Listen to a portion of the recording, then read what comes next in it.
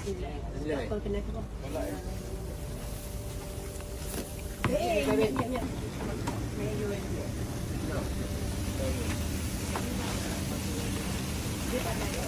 Hai Kak, Ya. sini jual apa punya? Ini jual pokok gemuk, pokok leko losong, pasar payang. Terengganu datang. Dari Terengganu? Dari Terengganu datang. Wah, Ini ni 80% isi ikan, 20% tepung.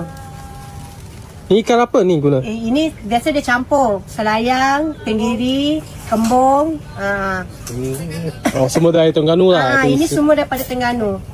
Okey, Kak bagi saya satu set lah. Boleh. Ini isi ikan ni kita ambil daripada Terengganu. Dia datang dari sana fresh. Isi ikan ni campur. Ada selayang, ada kembung. Campurlah isi ikan dia.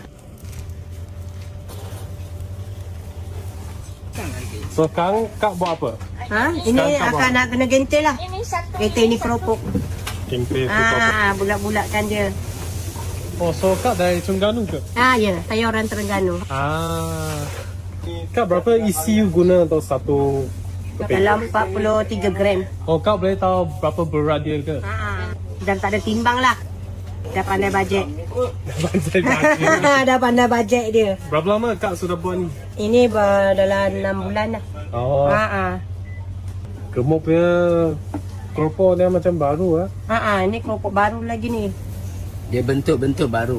Bentuk baru. Bentuk baru. Tapi leko sama Leko lah. sama. Ada sama tapi Cuma sama bentuk lah. lain.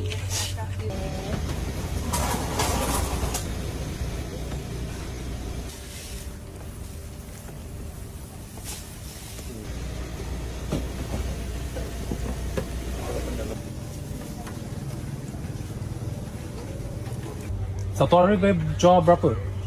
Dalam 40 kilo, 30 kilo, 40 kilo macam tu lah. 40 kilo ini ya? Isi ikan. Oh wah. Satu 4 beg. Tak nentulah, kadang ramai, lebih. Tak tu Hari hujung minggu ramai orang.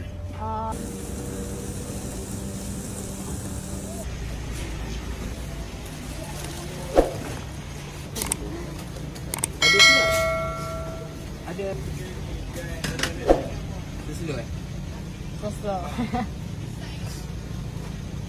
Ini satu set RM5 5 biji. RM5 5 biji lah. Dah. Terima kasih. Terima kasih.